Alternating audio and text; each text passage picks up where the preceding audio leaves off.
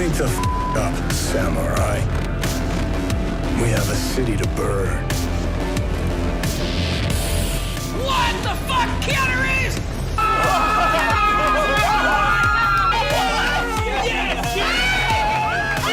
Now this is the best reveal I've ever seen at one of these nerdy ass video game things. Is really going to be breathtaking. You're breathtaking. You're all breathtaking.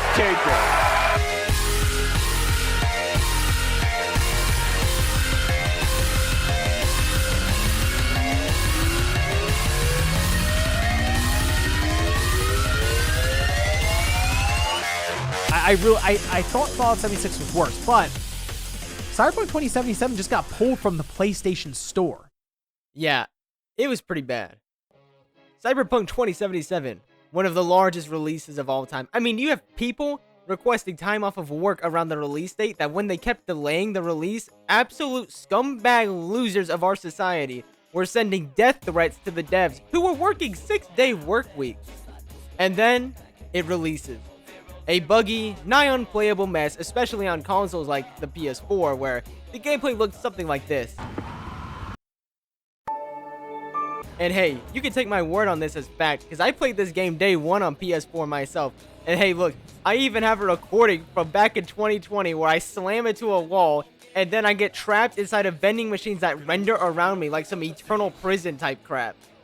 A game so poorly optimized that PlayStation gave refunds and removed the game from the store for both the PS4 and the PS5. Like, I'm sorry for it being, and I'm still harping on its disastrous launch, but that is truly just how bad it was. Not even No Man's Sky or Fallout 76 got delisted or was offered refunds with all the backlash both of those games had. Even with how terrible that launch was, how horribly buggy the game was, how rough the combat was, how absolutely terrible the driving mechanics were, and, you know, they still kind of are. This game became one of my most favorite games of all time, and now it's perfected. Nearly. Now, I'm a huge sucker for the cyberpunk genre. Ghost in the Shell, Blade Runner, Neuromancer. I mean, I consume it across all medias and all forms. So a game literally called Cyberpunk, I mean, it was made for me. Being able to interface and hack anything, including people, and smart targeting weapons that lock onto enemies, and getting more body modifications than a millennial in a tattoo parlor, it has literally everything I could want in a game. But even if Cyberpunk isn't your thing, you have to agree, the scale and detail of Night City is phenomenal, and game studios need to continue to have this drive to deliver on new experiences pushing their own limits.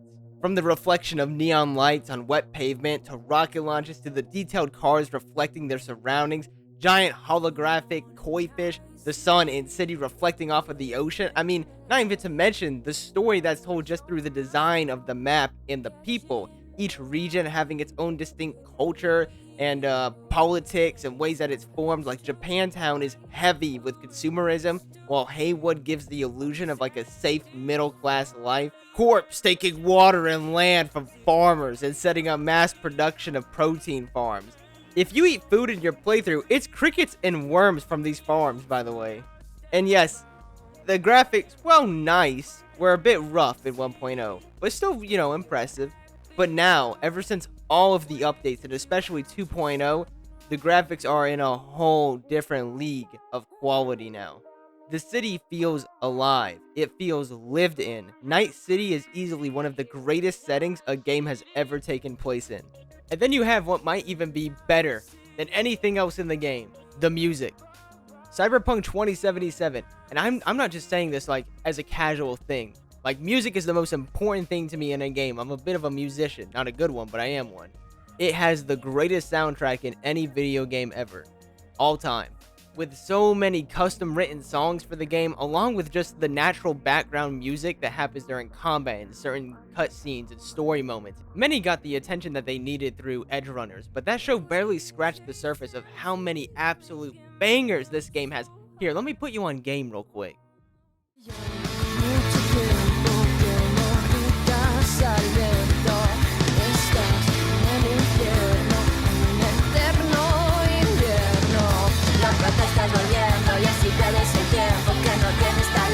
Porque no hay alimento, no te mueves, te quiero, vales 1800.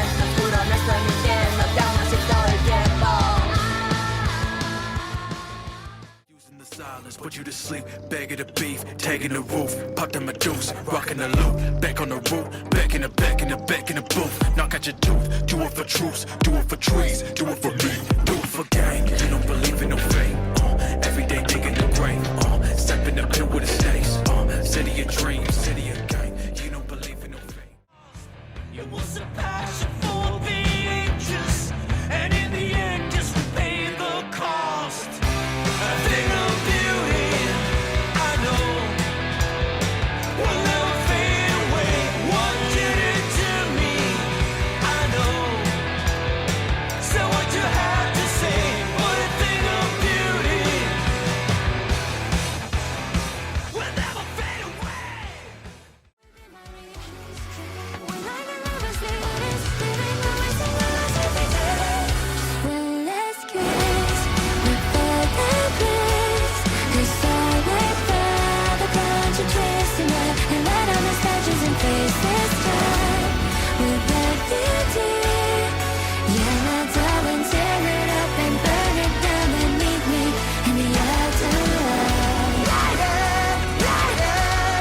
Strike up the match and burn right down, right down.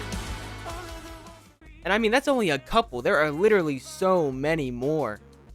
Combat is actually pretty good now. You know, I won't lie. It was pretty ass back in the day, especially because of the bugs. But after the 2.0 update, almost absolutely everything was improved. The skill tree got a complete overhaul, as did the armor and the cyberware, where you have to increase your body's compatibility with cyberware in order to fully chrome yourself out, which in turn increases your armor, as well as you gain many different buffs and abilities. Overall, the game is far more balanced. I just finished a playthrough on very hard, where I started with stealth and throwing weapons, and then hacking, and then incorporated tech weapons where I could see through walls and shoot them through walls with the tech weapons. And then even after I finally maxed myself out with all this crazy stuff, enemies were still a threat. I was getting one shot sometimes. And then you have the characters and story. So many people believed when this game was coming out that Keanu Reeves is just gonna have like a couple cutscenes in the main story where he talks to you, and maybe only in the main story, right? No, this man is literally there, right next to you, through everything, constantly, all of the time, no matter how basic the mission, or even if you're just driving your car, he shows up there next to you. He's like, all right, kick it. You know, just says some one-liner, and then he's there sitting next to you. The sheer amount of dialogue he has as Johnny Silverhand is insane. In the last John Wick movie, he had only 103 lines. Now let's play a little game. Guess how many lines he has in Cyberpunk 2077. If you said 2,619 lines, you look that up, you filthy cheater. And it's due to this detail and depth that they gave to such a phenomenal actor's character that he has easily become my most favorite character from a video game all time, like ever. Even ignoring Johnny Silverhand, the rest of the cast perfectly play their characters and are written so amazingly that they're just incredibly memorable. Jackie, Panam, Judy, Takamura, Idris Elba, Rogue, Mr. Hands, Wakako, Hanako, Victor, Misty, Dexter, Deshaun, Adam Smasher, Evelyn, River, Cunningham, Crotch on Fire Guy. There's so many people. I could go on. And every single one of these characters are just so incredibly memorable. You'll speak to them maybe once or twice, at least for some of these characters, and you'll be like, wow, that's one of my favorite characters. The story as a whole is phenomenal. Even though, you know, that 2019 E3 trailer literally spoiled the entire prologue, it's still perfect. It's still a perfect beginning to the story. It's a story of survival, but not just in the sense of staying alive, but also at the social level. Night City is brutal. Corps wage war through physical means and corporate espionage to maintain their status over the others, all while having internal struggles for power within themselves, like in the Corpo origin story for V. Street thugs are debating between Quiet Life or Blaze of Glory. You know, to stay relevant or die of legend, it's everything they could aspire to be. Politicians are cutting back alley deals and committing crimes to maintain political power. The people of Night City do whatever it takes to climb the social ladder. This isn't about surviving in Night City, it's about surviving against it. The side missions and gigs are great as well. You most likely already know the notable side missions like Pan Am or Judy's quest lines, but in my opinion, every single side mission is worth doing due to the extremely unique stories that most of these have. As for gigs, yeah, a couple gig types are a bit repetitive, even if the story of the gig is unique, though there are so many unique gigs as well. For example, I go to this random gig for a televangelist whose son was murdered, and his murder was recorded by his assailants and released out for disgusting people to watch. I storm the place. They keep the original recordings before editing them, so that I can find it and use it to track down the killer. I make my way to the final room where a father and son who have been working for the gang that sells these videos as editors, going through and making them more gory, cinematic, and even help stage some of these murders. These two have their own custom dialogue where the father tries to convince me to just take the recording and spare them, that all they do is edit the videos, and I have a bit of a Punisher moment. There are so many gigs like this in the game that just have that little bit of extra depth to them that make them memorable, stand out. It's not just a copy and paste mission like you see in so many other single player story games. And then of course you have the DLC that took this game to, again, a whole nother level. Light spoiler warning for Phantom Liberty.